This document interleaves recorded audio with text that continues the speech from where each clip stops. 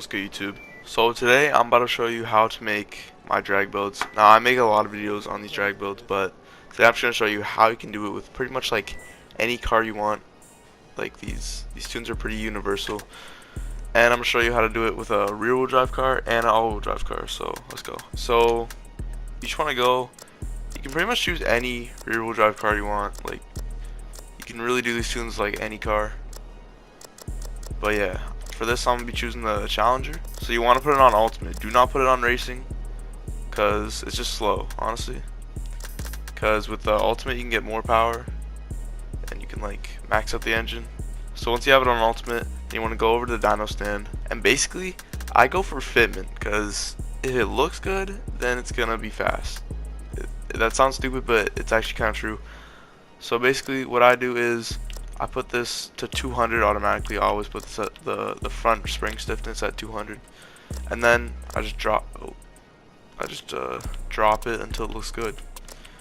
Fitment. So I'm just put that right there at 11, and then for the rear, I try to match it with the front spring stiffness, or I guess like the front height. So like that. Good, and then I don't mess with the spring length. So yeah, I'm just put that at like 45. So then I don't really mess with all these stuff because I honestly don't really know what they mean. So yeah, I just keep those stock.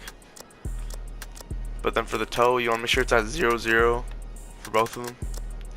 And then for the camber, you want 0 camber on both of them, because we're not really going to be turning. You don't need to worry about turning. You just need to worry about going in a straight line and being fast, and you want all the power to be on the ground. So try to get it to 0. It might take a few tries.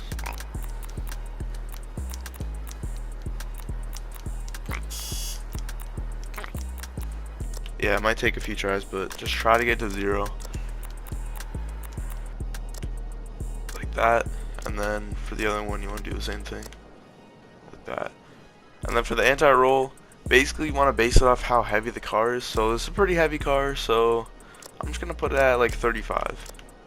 Which isn't very high, but you know. So yeah, basically the heavier the car is, the more anti-roll you want on it.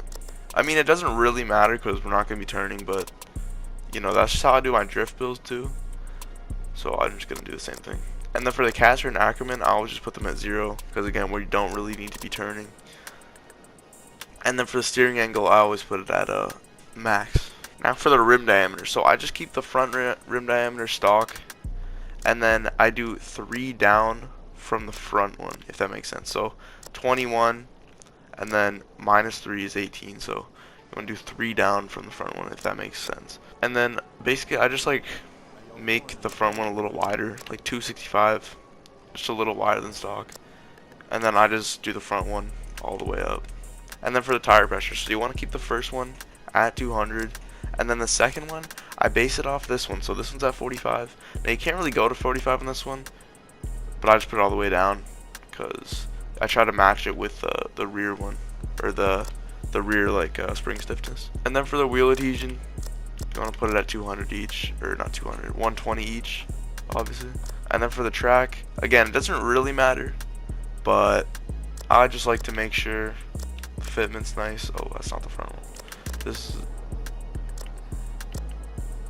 Yeah, I just like to make sure the fitment's nice.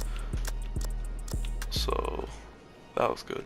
And then for the front profile, I'm just gonna turn that one up 1, and then yeah, you just gotta get the wheel big in the back, just like that.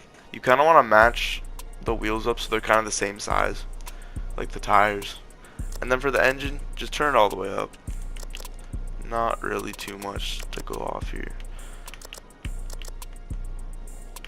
And as you see, we already have 1,000 horsepower. And then for the transmission, I don't really know how to actually do the transmission, but all I do for all my builds is I just put the diff lock ratio up to 1 and put the final drive all the way down to 285. I just do that for all my builds, and I don't mess with any of these, as you can probably tell if you watch some of my other builds, because I honestly don't really know what they do. They're kind of confusing. And then for the brakes, you just put the brake torque all the way up. Honestly, that's optional. You can put that to your preference, but I just like to be able to brake really hard. So And then yeah, there you go. So there's the rear wheel drive drag build. Now we're going to do the all wheel drive drag build. So I got the GTR here, but you can use any, again, you can use any all wheel drive car. And you want to make sure it is in racing, because if you put it in ultimate, it's just going to turn into rear wheel drive, and you don't want that. You want it in ultimate. Now you don't get the most power, but it is all wheel drive, so yeah. So anyways, again, I just go off fitment, but I put the front and rear spring stiffness at 100, just so it like balances it out for both tires. And then you just want to make sure the fitment is good. And then again, I don't mess with these, so just leave those stock. And then for the toe, again, you want to get to 0 on both of them, if you can. Yeah, oh, there we go. And then for the camber, once again, you want to put it to 0 on both of them. Now it might take a little bit. Oh, I got that one first try. And let's see about this one. Oh wow, okay. Yeah, so you want to get those to 0. Ackerman, or not the Ackerman. Front anti-roll. This car's not too heavy, so I'm gonna put it at 30, I think. It's a little, yeah.